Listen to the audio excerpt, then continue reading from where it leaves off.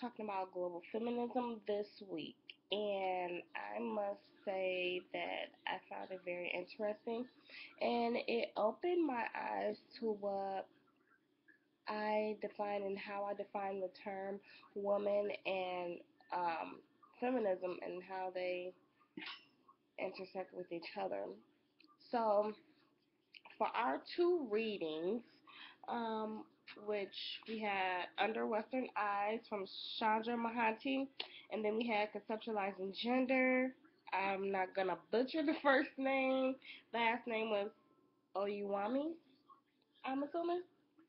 So I really liked both of those, and that Chandra Mahanti really had me, take a look at, like how I was brought up and how I felt that feminism was simply, because I live with, well, I grew up with my mom and dad. It's just me. I'm the only child. So it really opened my eyes to, look back on how I seen my mom act as a wife, as a mother, and how that determined my definition as a woman. Um, which she also talked about nuclear families, which ties with us, and that really opened my eyes to that and really kind of changed my thoughts on that because of the simple fact that women from different parts of the world, different countries, different cultures have different definitions of the term woman. Some people may think a woman is a woman because of this, and some people may think that that doesn't define a person as a woman just because they do so. So it really helped broaden my definition of woman and feminism as well. For Conceptualizing Gender by Oyuwami, that's what I'm going to keep it at. I like how she stood up there and said how we use our gender to account for oppression worldwide. Like, if you were a woman, like, I guess you just had to be oppressed, which is how a lot of people look at it. And when they think of feminism, they think oppression, basically. The TED Talk I absolutely love. Like, that's a good thing. And then, like, one thing I noticed, like, when you look up the videos, and then they have like the little sides with other TED Talks, like, I'm gonna look more into those because those are very interesting. So, TED Talk: How Islam Made Me a Feminist by Zena Aga, I'm guessing. That was very eye opening. I like the fact that she stated that um, she is like, us as women are not being oppressed, but we are basically oppressing ourselves. And she stated how being a woman is not always ideal. She used the example of her mom being a single mother, which of course is not ideal, but she did it with dignity. And I think she used a lot of uplifting words and a lot of uplifting gestures, and set up there and you know use a positive spin on things. When women talk about feminism, usually they talk about being oppressed and what they weren't able to do and all these other things, but she talked about how you know she learn to respect, how she, worships, and, how she is very happy with herself because she has adopted feminism.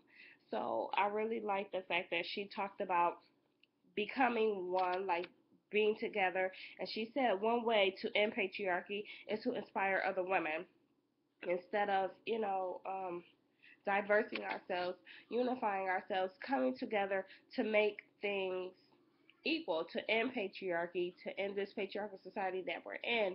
So I really like the fact that she um, said we need to start inspiring each other, which I think is totally true, especially nowadays, because it's getting really bad.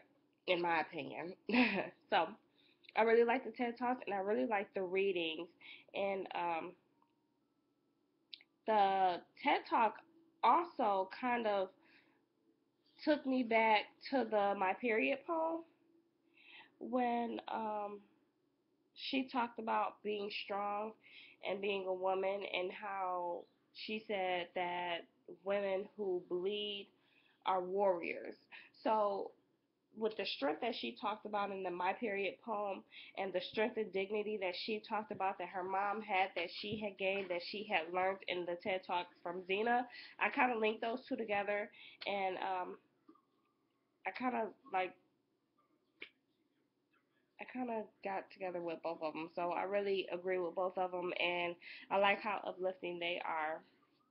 So those were good. I really, like I said, I really enjoyed the readings, and it really helped me better understand because we all think we're one, and every woman is oppressed, and every woman is oppressed the same way, and every woman is a woman because of being able to have babies, and just different definitions that people came about that a lot of people don't agree with.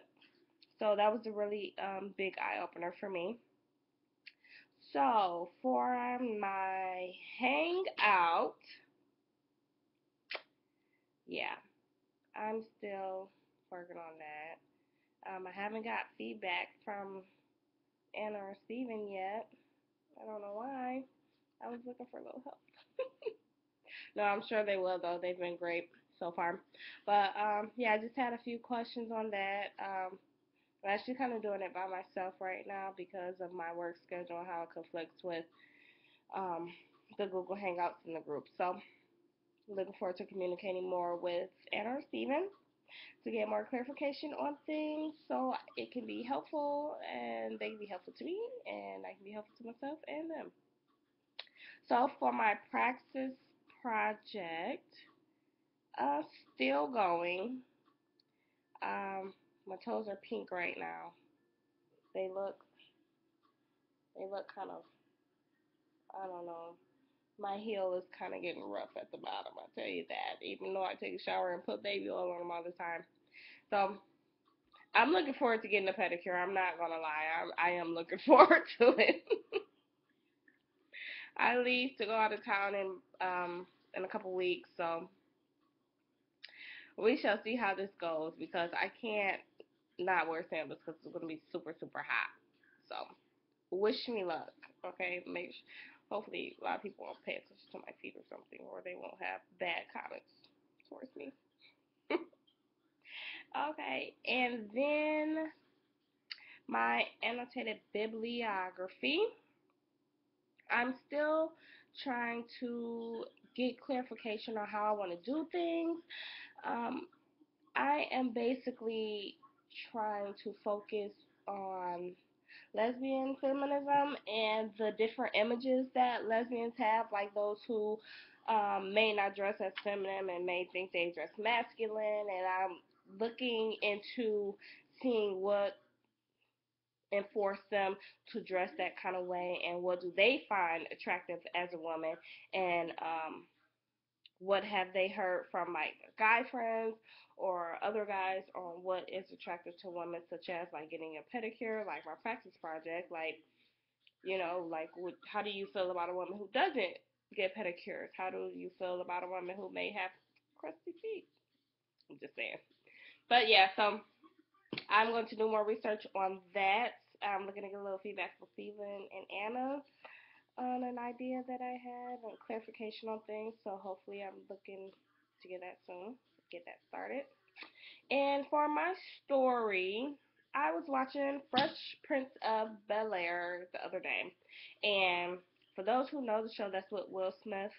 And Ashley, who is like the teenage daughter, she's growing up and stuff, and she wants to be a model. And she, opportunity came to her for modeling in a swimsuit for a commercial, and her dad automatically was like, no, like just up and no, like Will Smith was like no, and he's like the cousin, not that he has much say so, but Will was like no, the dad was like no, the mom she didn't really.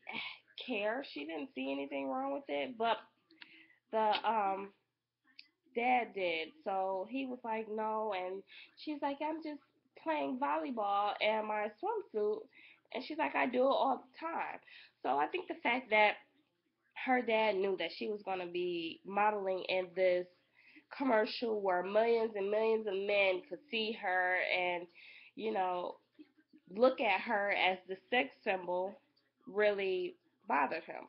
So I thought that was interesting because just to see how the mind of a man come about when, you know, they think of their child or they think of another woman posing in a swimsuit when honestly, like, in my opinion, swimsuits are just um swimsuits. Like, I mean, everybody wears them. You go to the beach, you go to the pool with your kids, like family day, swimsuits, you know. So it really was an eye opener to me as to see um, how men objectify women, basically, and how a lot of men see them as just an object, a sex symbol, and you know try to take advantage of that. So I really enjoyed that episode. It was actually kind of funny too as well. So that was my story for the week, guys. And as always, have a good, safe, and blessed weekend. And I'll see you guys soon. Sorry for the long video.